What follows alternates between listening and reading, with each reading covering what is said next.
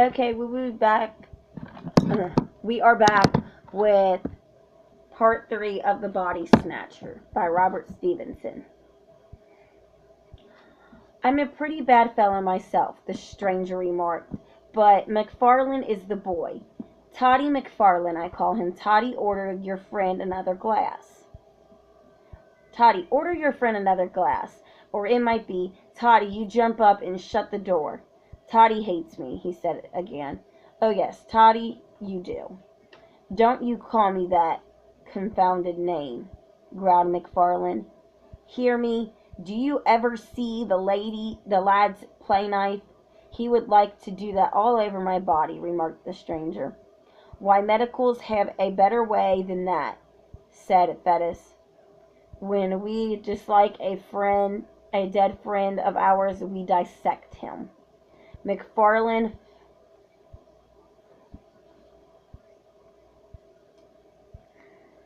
looked up sharply. Sorry, I lost my spot. As though this jest was scarcely to his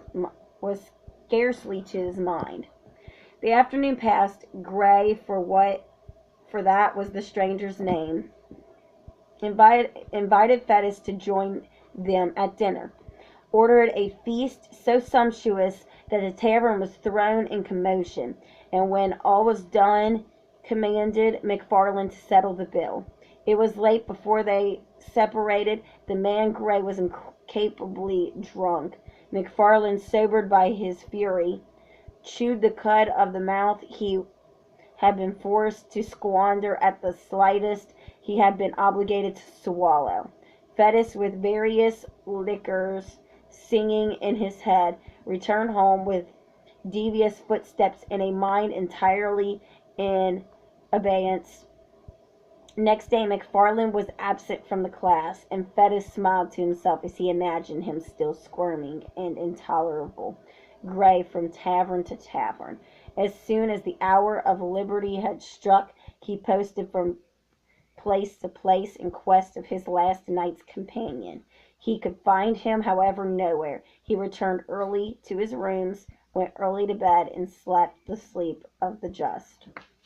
At 4 in the morning he was awakened by the well-known signal descending to the door. He was filled with astonishment to find McFarlane with his gig, and in the gig one of those long and ghastly packages with which he was so well acquainted. What? He cried. Have you been out alone? How did you manage? But McFarlane silenced him roughly, bidding him turn to business. When they had got the body upstairs and laid it on the table, McFarlane made it first, as if he were going away. Then he paused and seemed to hesitate, and then, "You better look at the face," said he in tones of some constraint. "You had better," he repeated, as Fettes only stared at him in wonder. "But there, and how, and when did you come by it?" cried the other. "Look at the face," was the only answer. Fettes was staggered. Strange doubts assailed him. He looked from the young doctor to the body, and then back again. At last, with a start, he did as he was bidden. He had almost expected the sight that met his eyes, and yet the shock was cruel to see fixed in the rigidity of death and naked on that coarse layer of sackcloth, the man whom he had left well clad and full of meat and sin upon the threshold of a tavern awoke, even in the thoughtless Fettes, some of the terrors of the conscience. It was crass to be,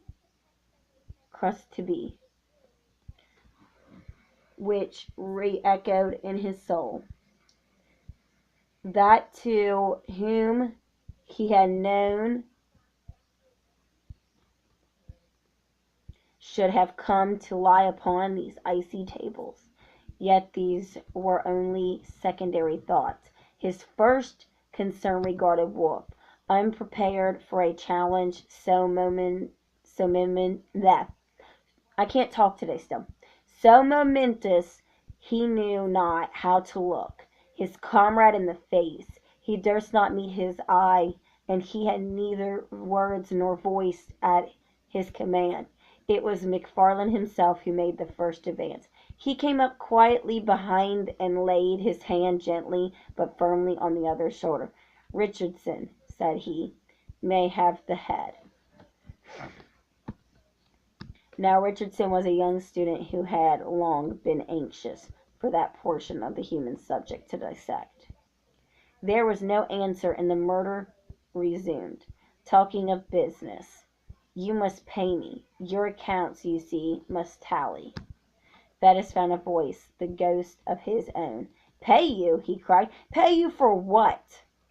"Why, yes, of course you must, by all means, and on every possible account you must return the other.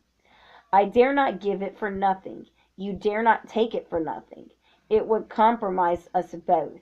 This is another case like Jane Galbraith's.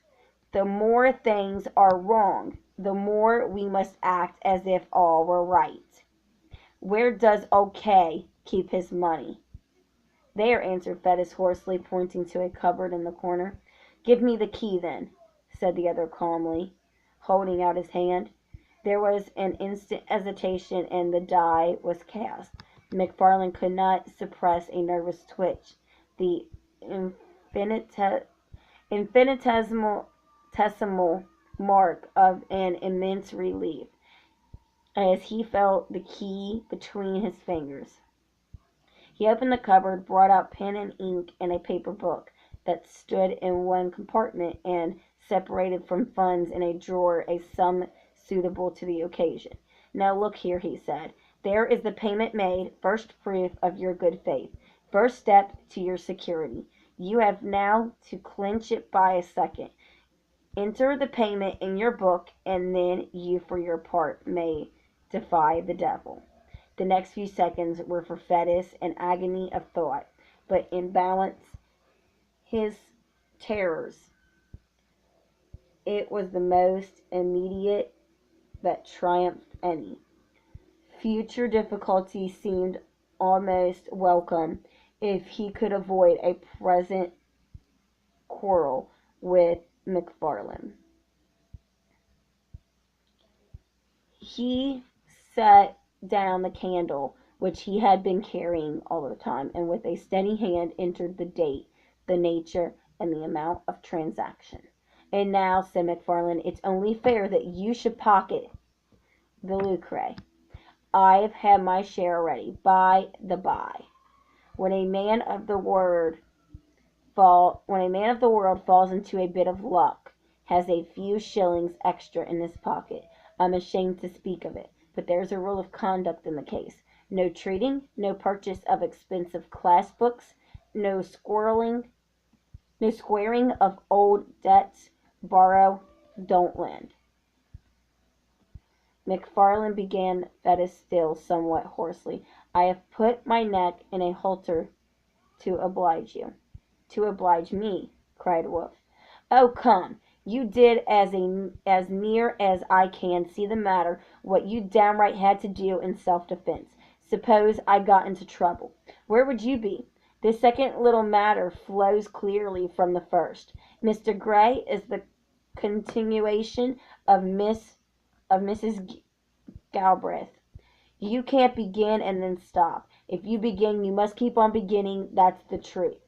No rest for the wicked." A horrible sense of blackness and the treachery of fate seized hold upon the soul of the unhappy student. "My God," he cried, "by what have I done, and when did I begin? To be made a class assistant in the name of reason, where's the harm in that? Service wanted the position. Service might have got it. Would he have been where I am now?" "My dear fellow," said McFarland, "what a boy you are! What harm has come to you? What harm can come to you if you hold your tongue? Why, man, do you know what this life is? There are two squads of us, the lions and the lambs. If you're a lamb, you'll come to lie upon these tables like Gray or Jane Galbraith. If you're a lion, you'll live and drive a horse like me, like Kay, like all the world with any wit or courage. You're staggered at the first, but look at Kay. My dear fellow, you're clever. You have pluck. I like you, and Kay likes you. You were born to lead and hunt, and I tell you, on my honor and my experience of life, 3 days from now you'll laugh at all these scarecrows like a high school boy at a farce. And with that, McFarland took his departure and drove off up the wind in his gig to get under cover before daylight. Fettes was thus left alone with his regrets. He saw the miserable peril in which he stood involved. He saw with inexpressible dismay that there was no limit to his weakness, and that and from conscious from concession to concession, my bad, I cannot talk today, he had fallen from the arbiter of McFarland's destiny to his paid and helpless accomplice.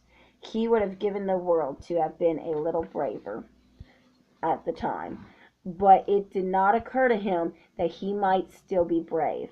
The secret of Jane Galbraith and the cursed entry in the daybook closed his mouth. Hours passed. The class began to arrive. The members of the unhappy Grey were dealt out to one and to another, and received without remark. Richardson was made happily with the head, and before the hour of freedom rang, Fettes trembled with exultation to perceive how far they had already gone towards safety. For 2 days he continued to watch with increasing joy the dreadful process of disguise. On the third day McFarland made his appearance. He had been ill, he said, but he made up for lost time by the energy with which he directed the students.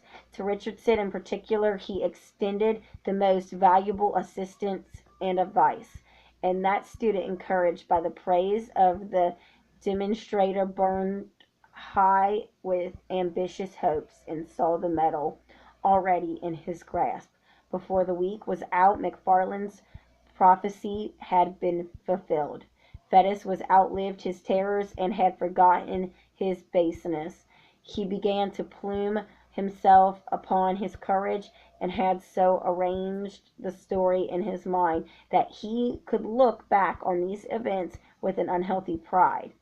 Of his accomplice he saw but little. They met, of course, in the business of the class. They received their orders together from Mr. K. At times they had a word or two in private, and McFarland was from first to last particularly kind and jovial.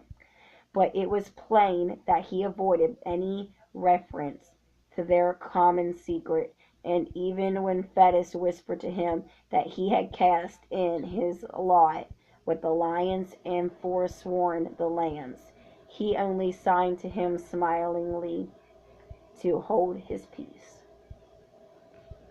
We will be back for the next part. I may be able to actually finish that in the next part, I hope, but maybe not. But if you didn't, don't forget to hit the subscribe button and hit that little notification bell, because if you don't, you're going to miss out on some of these, which I don't know if you all want to hear them or not. Just let me know what you want to hear, and that is my cat in the background. And she's pretty quick. But we will be back. Just hit the subscribe button, do well in school, get some sleep. Hopefully you're doing better than I am, because right now I feel like crap, and I wish you luck.